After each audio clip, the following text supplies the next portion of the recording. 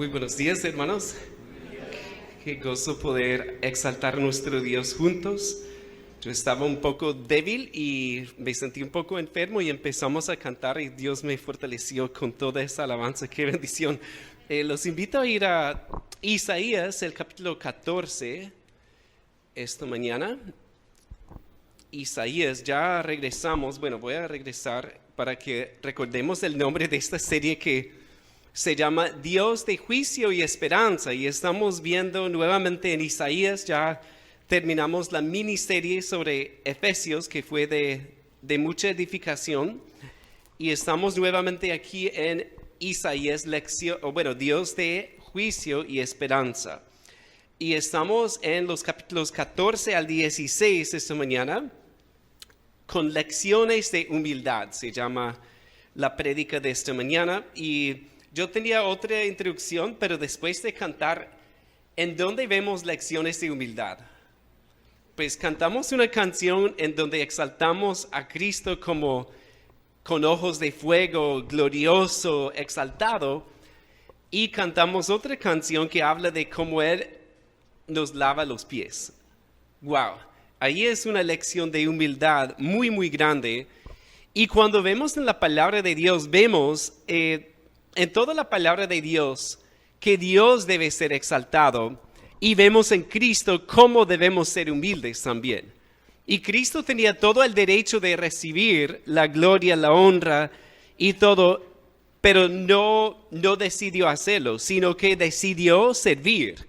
Y vamos a ver hoy, con los ejemplos de tres naciones, vamos a ver el ejemplo de Babilonia, un poco de Asiria, de Filistea y de Moab, para ver lecciones de humildad. Y cuando vemos a nuestro Dios, realmente sigo pensando que, pues, Calvino en la institución, su primera hoja, si vas a leer algo, lee la primera hoja por lo menos, porque ya en la primera hoja encontrás oro. Él dice esto: por otra parte, es cosa evidente que el hombre nunca jamás llega al conocimiento de sí mismo si primero no contempla el rostro de Dios y después de haberlo contemplado, desciende a considerarse a sí mismo. Creo que hay mucha sabiduría en eso, porque cuando vemos a Dios ya podemos entender quiénes somos. Y cuando también entendemos quiénes somos, nos ayuda a ver la grandeza y la perfección de nuestro Dios. Estamos aquí en un contexto que, el pastor Alfredo predicó un mensaje, no sé si lo recuerdan, que yo puse el título aquí, ya no lo veo, pero eso era, hace ya varias semanas, ¿cierto? Él predicó sobre el capítulo 13, la profecía sobre Babilonia, y esta sección va del 13 más o menos al 27. Y habla de muchas naciones. Hay profecías sobre muchas naciones. Inicialmente le había dicho al pastor que iba a predicar hasta el 19, pero dije, wow, es demasiado. Porque aquí pues hay cosas que podemos aprender. Algo que debemos recordar es que aquí no vemos un orden cronológico, porque de hecho la cronología es un poco complicada, pero el profeta está hablando de naciones con un orden temático más que cronológico. Y vamos a ver primeramente en el 14, el 24 al 27, que creo que resume la idea más importante de toda esta sección. Y vamos a leer eso. Dice: Jehová de los ejércitos juró diciendo: ciertamente se hará de la manera que lo he pensado, y será confirmado como lo he determinado, que quebrantaré al asirio en mi tierra, y en mis montes lo hollaré. Y su yugo será apartado de ellos, y su carga será quitada de su hombro. Este es el consejo que está acordado sobre toda la tierra, y esta la mano extendida sobre todas las naciones. Porque Jehová de los ejércitos lo ha determinado, y ¿quién lo impedirá? Y su mano extendida, ¿y quién la hará retroceder? Vamos a orar con eso en mente. Padre, queremos aprender de ti esta mañana, queremos verte como tú eres. Oramos que tú nos guíes por tu Espíritu, Padre. Permite que hagamos un análisis de nuestro corazón, Padre, para ver en dónde está arraigada soberbia en nosotros, Padre. para poder ser como nuestro Señor y Salvador Jesucristo, Padre. Enséñanos lecciones de humildad, te lo pedimos en el nombre de Jesús. Amén. Muy bien, entonces vemos aquí en estos versículos, el 24 al 27, que debemos humillarnos ante el Dios soberano. Eso es lo que Dios está diciendo. Y esto contrasta bastante con lo que hemos visto sobre las naciones. Y miren conmigo el capítulo 7, el versículo 7.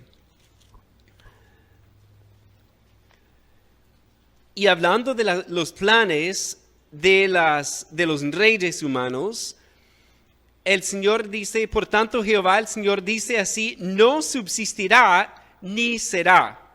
Eso en cuanto a lo que ellos habían dicho, y el Señor dice, no Señor, no va a ser así, porque Él es quien hace su voluntad.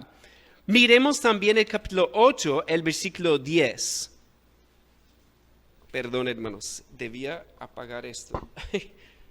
Que cuando empiezan a llamar durante la predica no ayuda mucho. Bien.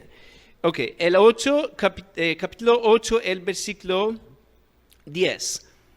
Tomad consejo y será anulado. Proferid palabra y no será firme, porque Dios está con nosotros. Ahí eso habla de lo que la nación de Babilonia había dicho, que ellos iban a destruir, era Siria ahí, iban a destruir a Israel, y el Señor dice, no va a ser así porque Él está con nosotros. Y finalmente en el 46, capítulo 46, 9 y 10, que quizás es más claro todavía, 46, 9 y 10, que dice, acordaos de las cosas pasadas desde los tiempos antiguos, porque yo soy Dios y no hay otro Dios y nada hay semejante a mí, que anuncio lo por venir desde el principio y desde la antigüedad lo que aún no era hecho, que digo, mi consejo permanecerá y haré todo lo que quiero. Esto, pues, ¿qué quiero hacer con eso? Mostrarnos que a lo largo del libro Dios es soberano, Dios hace su voluntad, nosotros proponemos cosas, ¿cierto? Pero Dios es quien dispone, Dios es quien lleva a cabo su voluntad, y ante esa voluntad soberana, ¿qué debemos hacer? Rendirnos, ¿cierto? Rendirnos, humillarnos, aceptar su voluntad y seguir alabándolo. Ahora, cuando pensamos en Israel, con todas estas naciones alrededor, Israel era una nación, y todavía lo es, una nación pequeñita, ¿cierto? Y yo pensé en cuando vivíamos en Costa Rica. Nosotros con mi familia vivimos allá un año, y Costa Rica es un país muy pequeño, pero es 2 veces más grande que Israel. Pero si pensamos en los costarricenses, o como ellos dicen, los ticos con las naciones, imagínense ustedes si Estados Unidos, México, Colombia, Brasil, países grandes querían atacar a Costa Rica. ¿Cómo se sentirían ellos? Abrumados, ¿cierto? Así era con Israel, una nación pequeñita en medio de estas naciones que querían exterminarlos. Asiria, Babilonia, incluso las naciones pequeñas alrededor también estaban en todo eso. Entonces, ayuda a empezar un poco en eso. Ok, miremos entonces la primera lección con Babilonia. Aquí estamos en el 14 y vamos a leer el 3 al 15. Es una sección un poco larga y dice, y en el día que Jehová te dé reposo de tu trabajo y de tu temor, y de la dura servidumbre en que te hicieron servir, pronunciarás este proverbio contra el rey de Babilonia y dirás, ¿cómo paró el opresor? ¿Cómo acabó la ciudad codiciosa de oro? Quebrantó Jehová el báculo de los impíos, el cetro de los señores, el que hería a los pueblos con furor, con llaga permanente, el que se enseñoreaba de las naciones con ira y las perseguía con crueldad. Toda la tierra está en reposo y en paz. Se cantaron alabanzas. Aun los cipreses se regocijaron a causa de ti, y los cedros del Líbano, diciendo, Desde que tú pereciste, no has subido cortador contra nosotros. El Seol abajo se espantó de ti, despertó muertos que en tu venida saliesen a recibirte. Hizo levantar de sus sillas a todos los príncipes de la tierra, a todos los reyes de las naciones. Todos ellos darán voces y te dirán: ¿tú también te debilitaste como nosotros y llegaste a ser como nosotros? Descendió al Seol tu soberbia y el sonido de tus arpas. Gusanos serán tu cama y gusanos te cubrirán. ¿Cómo caíste del cielo, oh lucero, hijo de la mañana? Cortado fuiste por tierra, tú que debilitabas a las naciones. Tú que decías en tu corazón: subiré al cielo, en lo alto, junto a las estrellas de Dios, levantaré mi trono y en el monte del testimonio me sentaré a los lados del norte. Sobre las alturas de las nubes subiré y seré semejante al Altísimo, mas tú derribado eres hasta el Seol, a los lados del abismo. Wow, qué pasaje, ¿no? Está hablando de un rey y de hecho no sabemos cuál rey era. Algunos comentaristas creen que de hecho era un rey asirio, porque los reyes de Asiria también decían ser reyes de Babilonia en ese entonces. Otros especulan sobre ciertos reyes, pero un comentarista, Nissim Amsalag, decía lo siguiente: que esta omisión del nombre puede reflejar un deseo de olvidarlo a él, a sus padres y a su linaje futuro. Es decir, es como hacen los israelíes con los terroristas, no los nombran nunca, ¿sí? Porque no quieren darle su nombre. Entonces quizás es así, ni siquiera sabemos quién es este hombre. Ahora, yo he enseñado este pasaje antes diciendo que es Satanás. Eso porque hay cosas que él dice que se asemejan a Satanás. Pero el 16 me llevó a ver que quizás no es así. Dice: se inclinarán hacia ti los que te vean, te contemplarán diciendo: ¿es este aquel varón que hacía temblar la tierra, que trastornaba los reinos, que puso el mundo como un desierto, que asoló sus ciudades, que a sus presos nunca abrió la cárcel? Bueno, entonces ahí habla de un hombre, ¿cierto? Ahora, las palabras de él pueden reflejar los pensamientos de Satanás. Eso es lo que creo, ¿sí? Pero en el contexto aquí quizás es mejor ver esto como un rey que está actuando como Satanás. Obviamente empoderado por Satanás en lo que él hace, y obviamente lo que Dios le dice al rey aplica finalmente a Satanás también. Porque derribado será hasta el lago de fuego, ¿no? Bien, cada vez que creemos que podemos ser como Dios, estamos imitando a Satanás. Y si pensamos en Adán y Eva, recordemos la serpiente que le dijo a Eva: si tú comes, ustedes serán como Dios, sabiendo el bien y el mal. Y siempre hay esa tentación de querer ser como Dios, de ser semejante a Dios. Y eso es lo que vemos ahí en el 13. Tú que decías en tu corazón: subiré al cielo, en lo alto, junto a las estrellas de Dios, levantaré mi trono y en el monte del testimonio me sentaré a los lados del norte. Y realmente vemos esto en muchos relatos bíblicos. Por ejemplo, Babilonia es la misma palabra Babel, ¿cierto? ¿Y qué pasó en Babel? Ellos dijeron: no, vamos, edifiquémonos una ciudad y una torre cuya cúspide llegue al cielo y hagámonos un nombre. Es la misma idea, ¿sí? Y no es una casualidad, porque cuando vemos a Babilonia siempre representa ese deseo de ser más importante que Dios, estar por encima de Dios, lo cual es ridículo, hermanos. Totalmente ridículo. Pero fácilmente eso puede pasar.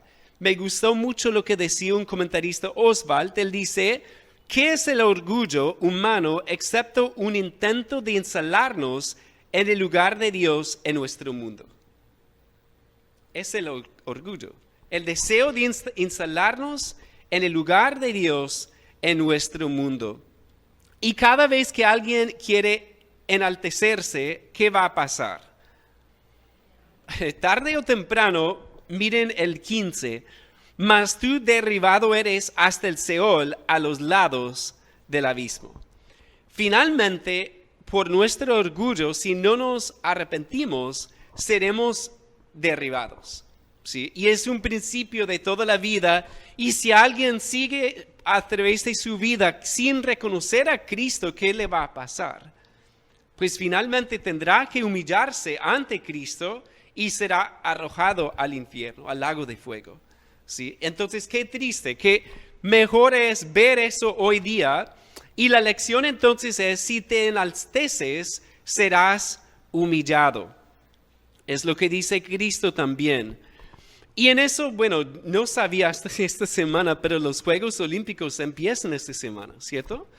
Y yo, pues ustedes saben que yo fui nadador, entonces me gusta ver la natación y eso. Y estaba leyendo y viendo unos videos de este nadador que se llama Adam Peaty. Él es inglés y es el campeón mundial del estilo braza, que es como estilo pecho, ¿cierto? Entonces, él tiene el récord mundial y él está hablando de todo esto. Es impresionante en la piscina, porque ese estilo es el más fácil, entre comillas, pero para ir rápido es el más difícil.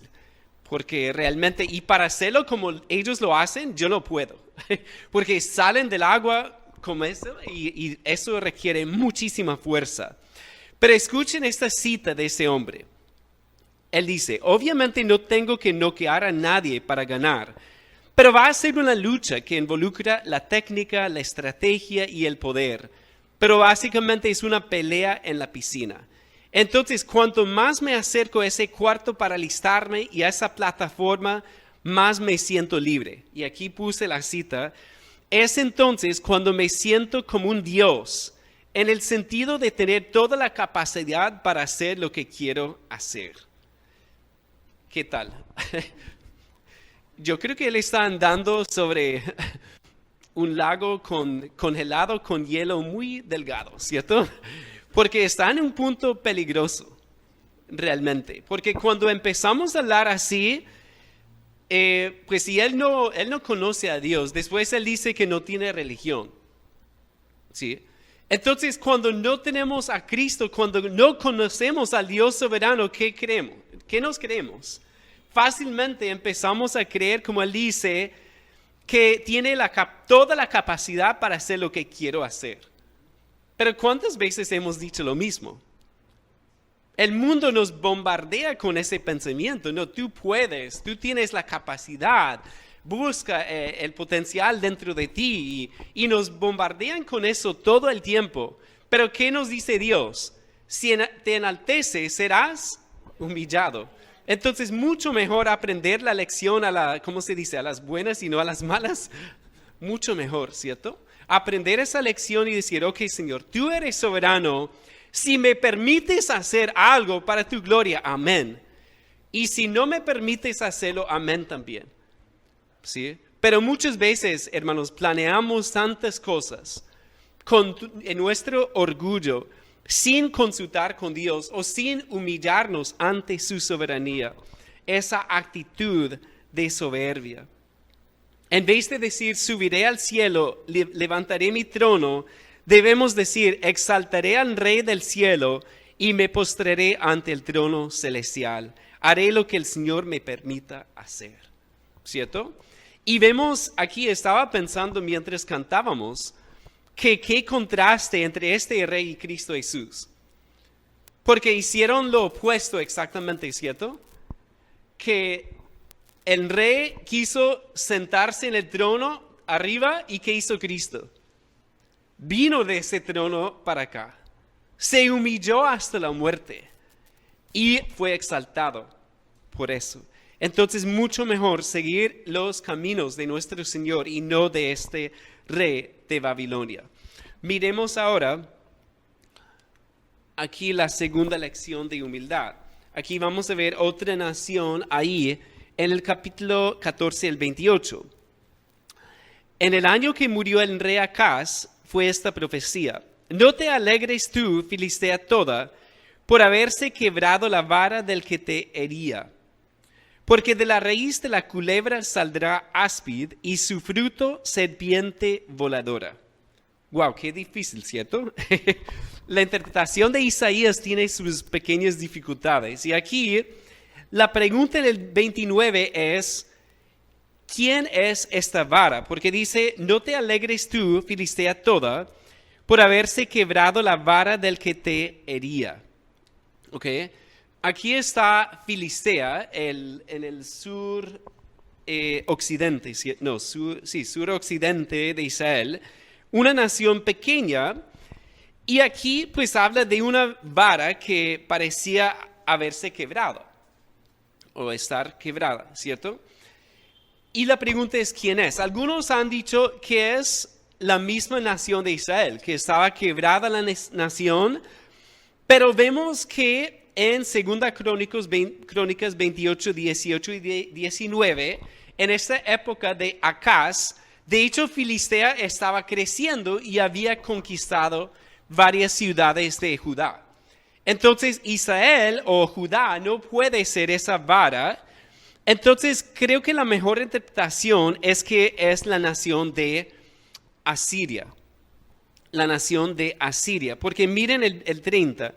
Y los primogénitos de los pobres serán apacentados, y los menesterosos se acostarán confiados. Bueno, aquí creo que esa parte habla de Judá o de Israel. Mas yo haré morir de hambre tu raíz, y destruiré lo que de ti quedare. Aúlla, oh puerta, clama, oh ciudad, disuelta estás toda tu, Filistea, porque humo vendrá del norte, no quedará uno solo en sus asambleas. Allí cuando habla del humo del norte, probablemente es una referencia a Siria, porque Asiria siempre venía del norte, mientras que Judá vendría del este, ¿cierto? Bueno, el caso es que la lección aquí es, confía en el Señor y no en las circunstancias. Y eso ellos en el 29 dicen, no te alegres tú, Filistea toda, por haberse quebrado la vara del que te hería. Es decir, es como cuando tu enemigo se cae y tú te alegras por las circunstancias. No, nos va mejor porque esa vara, esa nación está debilitada. Pero miren el 32. ¿Y qué se responderá a los mensajeros de, aquí debe traducirse la nación, que Jehová fundó a Sión y que a ella se acogerán los afligidos de su pueblo, o se refugiarán los afligidos de su pueblo? Entonces aquí vemos que el Señor fundó Sión, Dios iba a proteger a Sión, y eso es lo que vemos en la mitad del libro. Si recuerdan, en el capítulo 36, cuando Asiria llega y Ezequías saca esta carta, ¿recuerdan? Y Dios destruye en un solo día 185,000 asirios. Vemos que Dios fundó a Sión y Dios la va a proteger. Y vemos aquí entonces que ellos debían confiar en el Señor, no en Filistea, y los filisteos tampoco debían confiar en sus circunstancias. Ahora, cuando pensamos en eso, ¿qué tiene que ver eso con la humildad? Si pensamos, bueno, a ver, ¿cuál es el punto? Ok. Cuando pensamos en eso, confía en el Señor y no en las circunstancias. ¿Qué tiene que ver eso con la humildad, hermanos?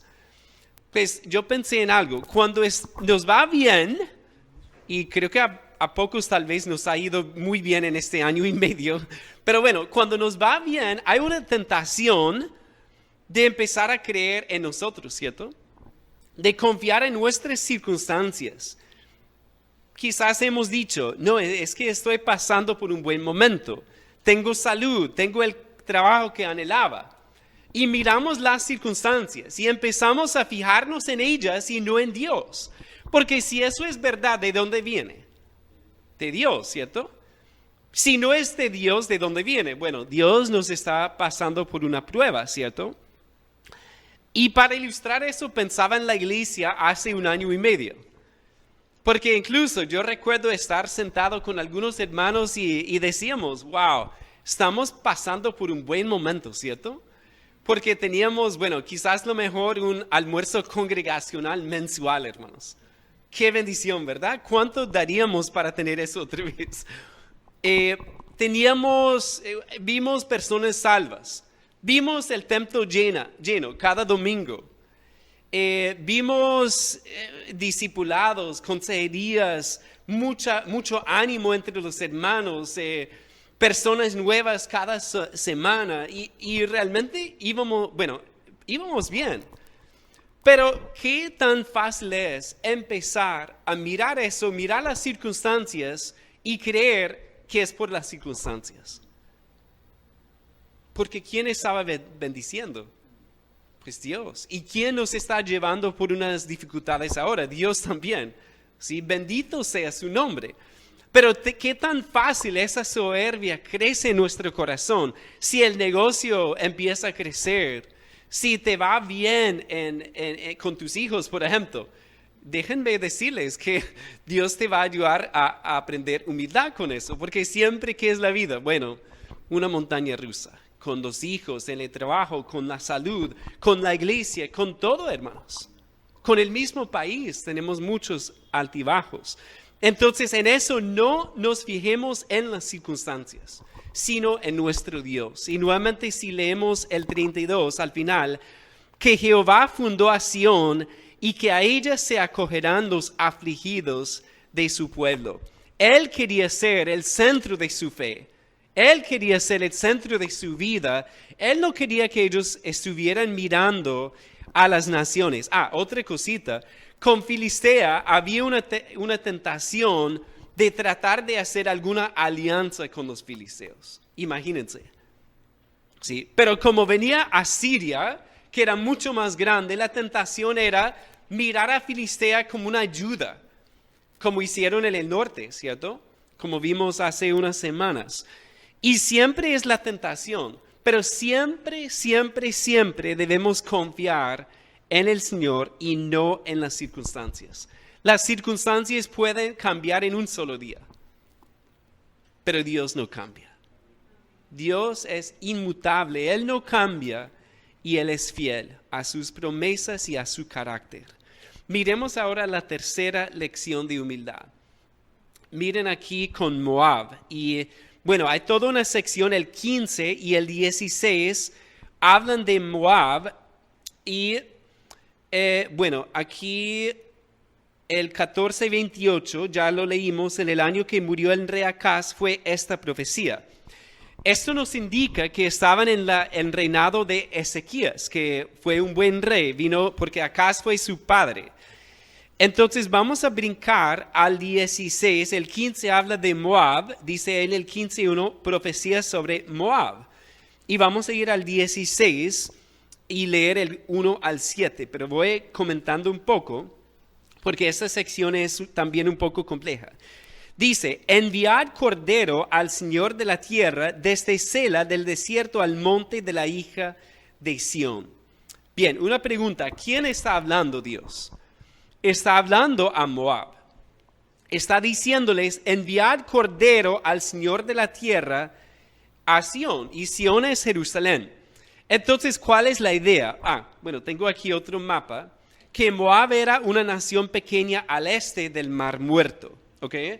Estamos viendo sobre dos naciones pequeñas.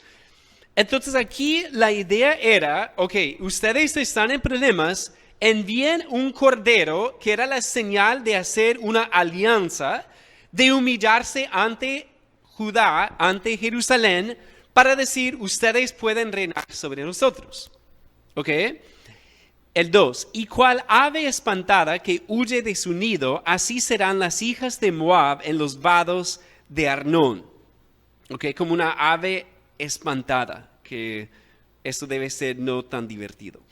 Reúne consejo, haz juicio, pon tu sombra en medio del día como la noche, esconde a los desterrados, no entregues a los que andan errantes. Bueno, aquí voy a poner la nueva versión, porque realmente es más fácil de entender y traduce mejor el 5, el 6, porque está hablando aquí de Moab, ¿ok? Entonces dice, bueno, está hablando a Moab primero y después en el 3 y 4 está hablando a Jerusalén o a Judá. Dice aquí, danos un consejo, toma una decisión, a plena luz del día extiende tu sombra como la noche, esconde a los fugitivos, no traiciones a los refugiados, deja que los fugitivos de Moab encuentren en ti un refugio, protégelos del destructor. Ok, ahí en el 4 debe traducirse, moren contigo mis desterrados de Moab. Porque ¿de quién o de dónde salieron los refugiados?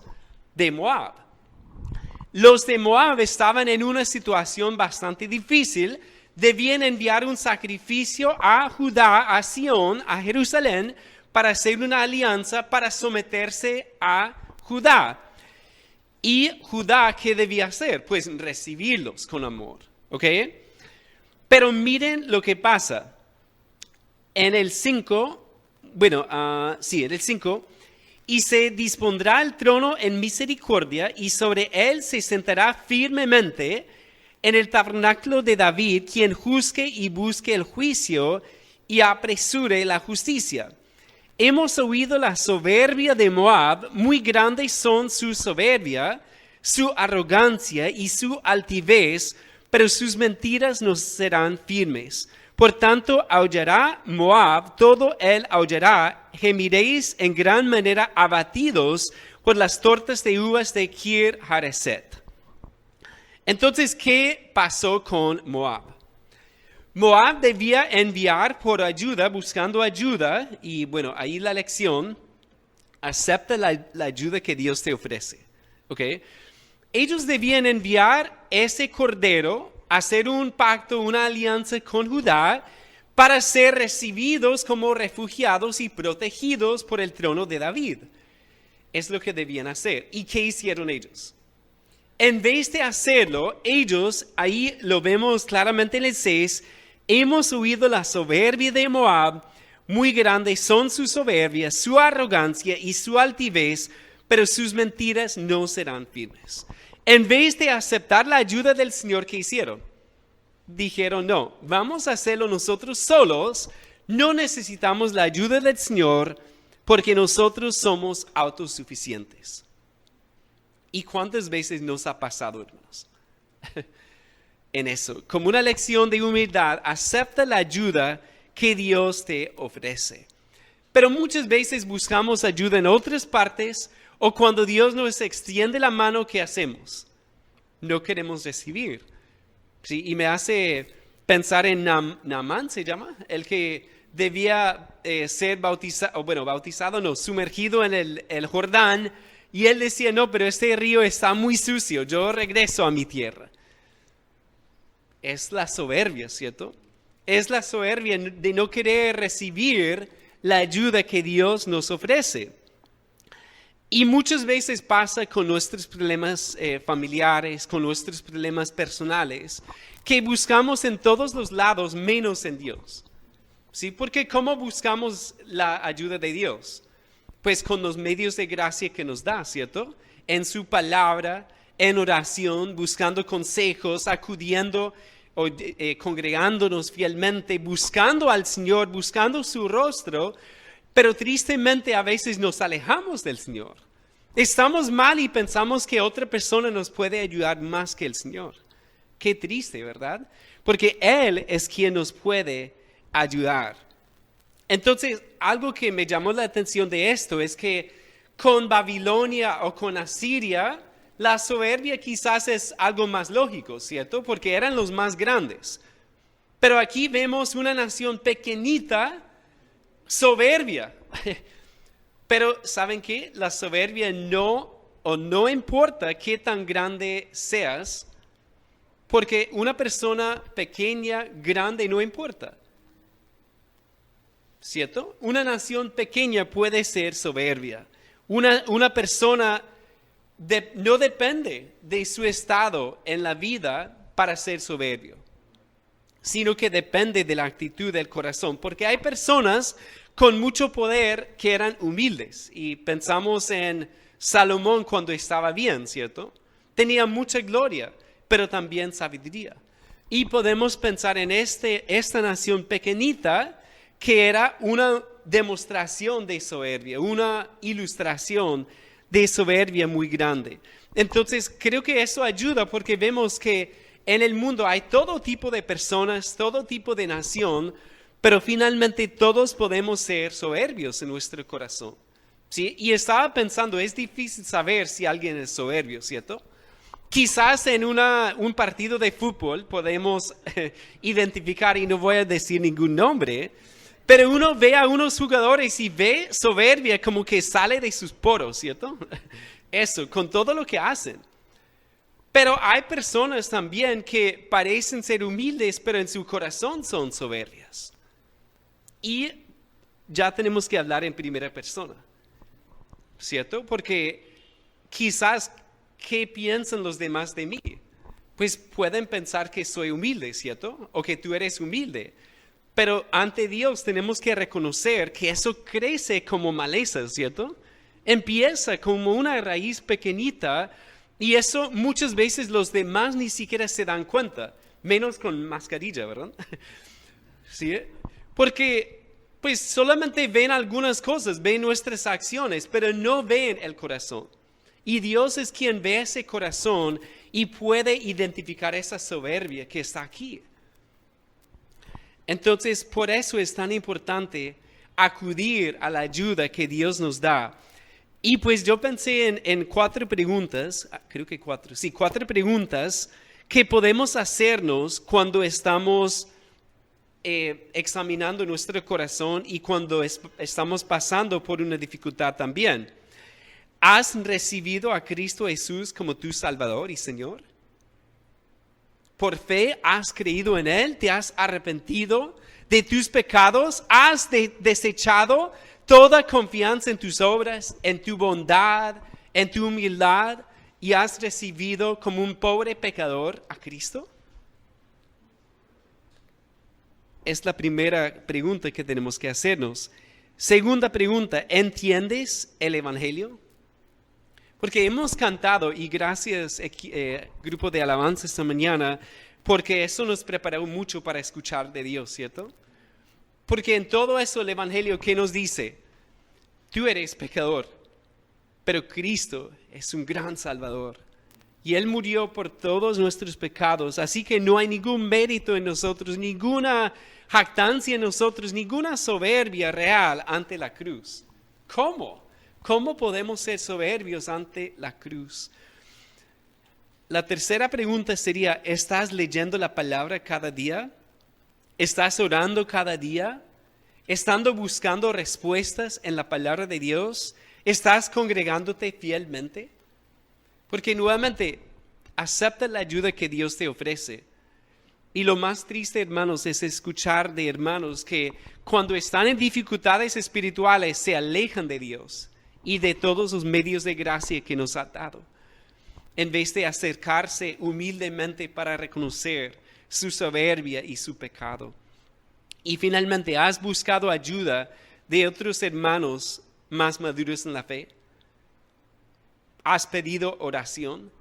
Que yo veo con eso también, cuando estamos luchando con algo, ¿qué tan difícil es contárselo a otros, cierto? Por ejemplo, con la salud a veces no queremos decirle a nadie. Pero es humildad decirle a algunos hermanos, oren por mí que estoy pasando por esto. O más difícil todavía, pedir oración por soberbia. Oren por mí, hermanos, porque estoy luchando con la soberbia. O estoy luchando con la lujuria. Casi nunca lo decimos, ¿cierto? Porque eso es nuestra soberbia. No queremos decirle a nadie sobre nuestra lucha. Pero en el momento de mencionarlo, ¿qué pasa? Pierde mucho poder sobre nosotros. Porque ya hemos expuesto nuestra debilidad. Los demás pueden orar por nosotros y Dios nos va a fortalecer. ¿Amén? Eso es maravilloso. Y eso es lo mejor de ser parte de una iglesia local. Realmente. Porque aquí no es poner una fachada de que todo está bien. ¿Sí? A propósito, oren por mí, hermanos. ¿Sí? En eso.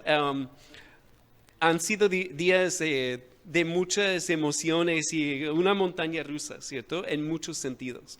Pero es lo bonito de hacer parte de una iglesia, orar los unos por los otros, ser humildes y no tener que vivir con esa fachada como el mundo trata de hacer.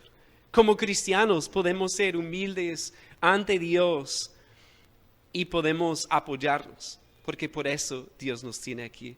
Voy a invitar al pastor Alfredo a venir a orar en esta mañana.